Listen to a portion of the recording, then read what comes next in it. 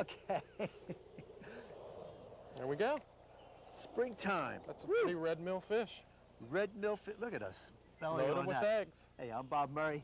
I'm here with Kurt. Delaware Valley Outdoors. Stay tuned. I think it's going to be a big one. Woo! Son, that's a nice one. Yes, it is. On the spinnerbait.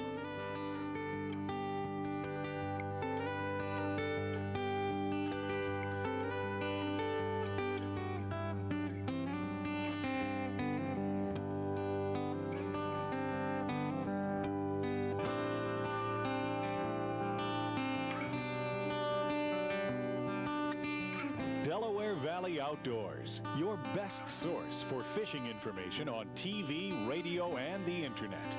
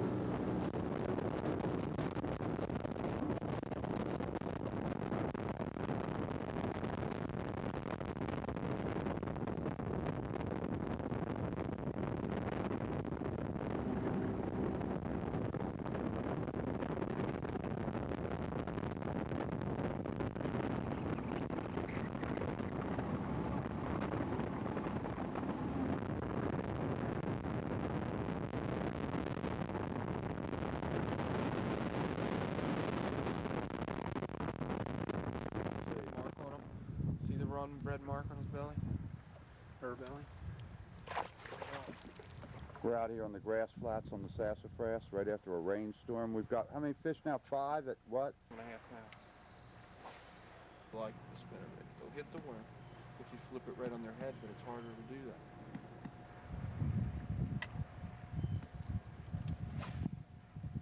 And you got a limit. There you go. There you go. Put that too. Told you this is one little. Easy, that's It's gonna die. And so you'd be netted right. Yeah, now you'd be netting him. There you go. Bring him up. Man, where is he? There he is. Here he comes up. Man, he's pulling. Oh. Here he comes. Nice. Oh, that's a nice one. Look at that. Look how Still big that is. Along the bluff. Nice fish. That's beautiful. Look at the color and everything on it. Here, just caught this one on a crayfish colored rattle trap. Orange, that's been a good color for us recently. We're down here still at Red Mill. This is a this is a pig of a fish for sure. Not a lot of them, but we've got 2 nice ones like this. Yeah, this is the size of fish when you get out with this early spring that you can expect to catch. See the size of those, their bellies on them, a lot of eggs. This is what we're catching this time of year. Good 5 and 6 pound plus fish. Yeah. I brought the rattle trap right by it and he hit it, but they're all, nice. The last 2 have hit right off of the roots. Oh, there she goes. I'll slow right down into the roots of the king. About 6 inches. So the fish that we're hitting in at the shore and in on shallow structure, they've completely abandoned that structure. So what we decided to do was move offshore into deeper water, and sure enough, right here it produced a nice bass. This one weighs almost 5 pounds because of the eggs. Here she swim away. There she goes. Now, let me tell you a little bit about what's happened. We haven't changed baits, but like you might have heard me say, what's happened, we were here 2 days ago. The water was, I'd say, about 1.5 feet lower than it normally is anyway. Now 2 days later we come back and they've dropped it another 6 inches, making our water we were catching them in that was about 1.5 feet, now it's almost less than a foot. The fish just don't seem to be in it, so what we're just beginning to do is to move offshore, work the mouths of the coves that the fish were in the last time we were here, and right away it produced that fish. So hopefully we figured out the pattern and we'll show you a few more. Terminator spinner baits, crankbaits, and some Senkos. Neither one of us have ever fished this lake. Today what we're gonna do today is show you how you catch bass in the springtime on a lake that you've never been to. First thing we're doing, I'm driving around the whole perimeter of the lake. We've never seen it. We're looking at the depth.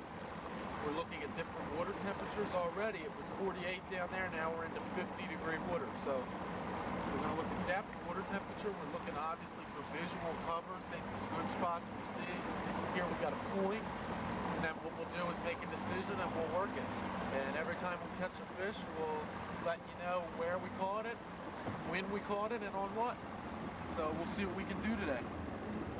Hopefully we'll prove to you that you can go to any lake there is. We went right back into the docks again. We pulled 3 of them out of here, almost the same size. This is my 4th bass. All of them were over 3 pounds, and obviously this is the biggest so far at about 5. Yeah, that's 5 1/4 even because of the weight of it now. Yes, it is. So my fish limit to about 15 pounds now. Got a 5-pounder, 3 3-pounders, and then this one. It's, you know, just a tube. It's a Yamamoto tube. It's called the Ika. It's like a Senko with a tail.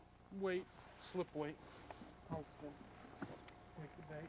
The fish are actually holding on these pylons that are on the docks. What they do is get behind them when the current picks up. They sit right behind the pylon because they can get out of the current there. It's like, forms like an eddy, like you have in some stream. Take the bait and you put it right next to it. Let it sink, kind of lift it, shake it a few times.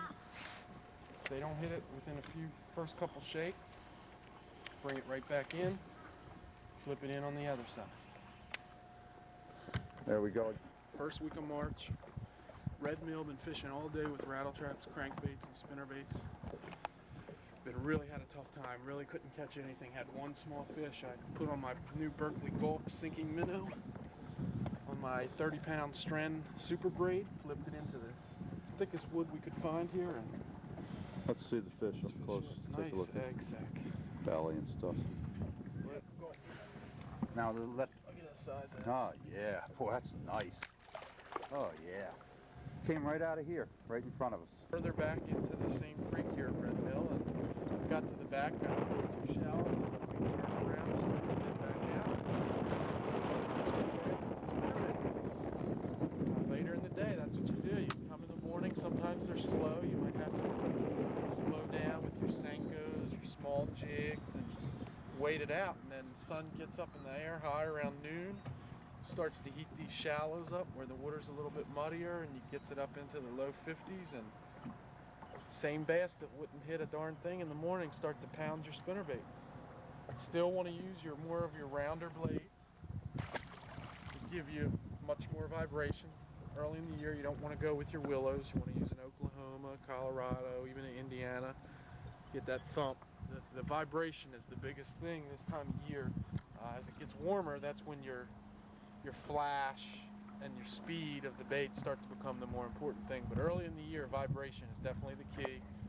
Slowly reel it around any wood, and don't be afraid to fish shallow. I mean, for 50-degree water temperature, most guys are out working jigging spoons, jigs on the bottom, real slow in the deeper water. I mean, these last 2 fish, all 3 of the big fish you've seen today that we caught were all in 2 feet or less, some of them as little as 12 inches. So we started out in the deeper water off the mouths. And that's always a good thing to do. You may want to start out there, but don't lock yourself into that. Some guys fish the deep water, and if they don't, that's where they think that's the only place they'll try. I mean, experiment. Sometimes those fish will surprise you, and they'll get shallow.